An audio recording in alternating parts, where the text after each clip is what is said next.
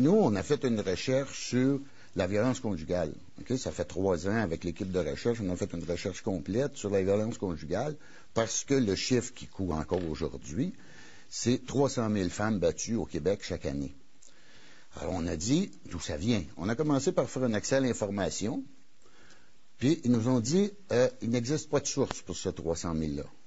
Alors, de là, on a continué notre recherche et on arrive avec un document de recherche extrêmement important qui démontre comment a été créé ce fléau inventé, comment on a fait pour créer ce fléau-là à partir de fausses statistiques. Et ça a commencé avec une enquête d'une pseudo-chercheuse qui s'appelle Linda McLeod, qui a fait une addition simple. Elle a additionné les éléphants plus les pamplemousses plus les oranges, puis elle a dit voilà le chiffre. Comment elle a fait ça, cette enquête-là? Elle a dit il y a des femmes qui demandent le divorce sous prétexte de violence conjugale. Ça, on est en 1978 et 1977, alors que la justice exigeait une raison pour accorder le divorce. La raison facile, c'était violence conjugale, le jeu étant pas fini, t'as pas de problème. Elle a additionné ces femmes-là, plus les femmes qui sont allées dans des maisons de refuge pour femmes violentées, qui ne sont pas toutes violentées, entre autres, parce que c'est des maisons de refuge, plus les femmes qui ont fait des plaintes à la police. Elle a additionné tout ce monde-là.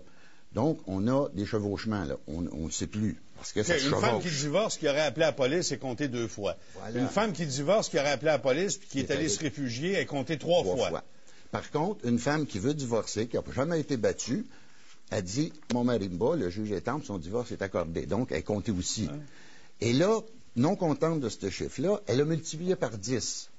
Pourquoi? Parce qu'elle a dit, il y a juste une femme sur 10 qui se plaint de violence conjugale, les autres endurent. Et elle est arrivée à un chiffre formidable de entre 400 000 et 500 000 femmes battues au Canada par année. Au Canada ou au Québec? Au Canada. C'était une enquête canadienne. Cette fille-là travaille pour qui, là? La Mme McLeod? Elle travaillait pour le Conseil consultatif sur la situation de la femme au Canada. Avec l'argent des taxes. Avec l'argent des taxes. Le ministère de la Santé, là, il faut se replacer dans l'histoire. Le ministère de la Santé, le Parti québécois est au pouvoir. Mme Marois est en charge de la condition féminine. Okay. Et bon, on a tout ce monde-là. Et le Parti québécois est en dérive suite au référendum de 81. Là, ça dérive, il faut trouver des voies, il faut rester au pouvoir. Là, on prend ces statistiques-là qui sont déjà gonflées, très discutables. Pas content de ça, le ministère de la Santé, Mme McLeod avait dit une femme sur 10 mariée ou en union de fait. Le ministère de la Santé enlève le marié ou en union de fait, puis dit une femme sur 10. Là, ça change un peu l'horizon. Et là, on commence à avoir des chiffres de 260 000 femmes battues, 265 000, ça dépend des documents. Là, c'est tout listé là. Mais là, encore que le chiffre n'est pas encore assez beau, on met un petit peu plus de stéroïdes, et là, on dit c'est 300 000 femmes battues au Québec. Ça, c'est un gars de publicité que j'ai inventé ça. Non, c'est le ministère de la Santé. Ben, à ce moment-là, c'était le ministère des Affaires sociales qui est devenu le ministère de la Santé, MSSS. On statue. On pense que c'est 300 000, puis à force de le répéter, les gens vont finir par le croire. On ne fait pas juste le répéter, on l'écrit dans les publications officielles du ministère de la Santé.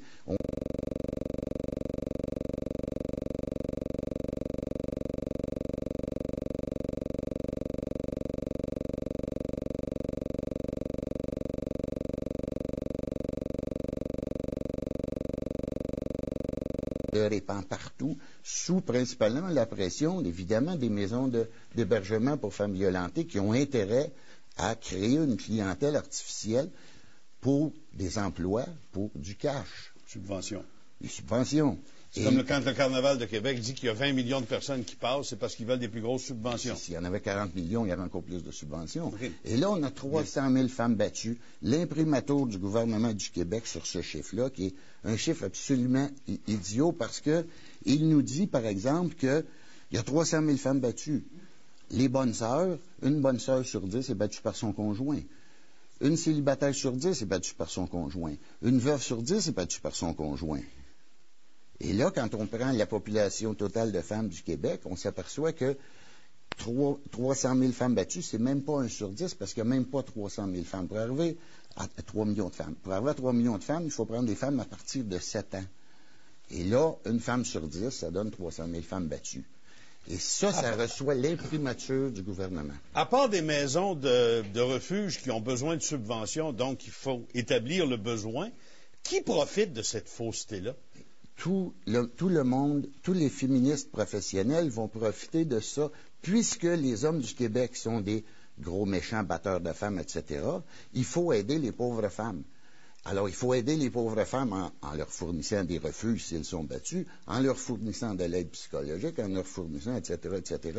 Et à partir de la politique d'aide aux femmes de 1987, les millions commencent à pleuvoir sur les féministes professionnels. Écoute, ils doivent aider 300 000 femmes battues par année. Donc, ça prend un plus gros budget, étant donné que la demande. Bougez pas, on revient. La suite dans un instant.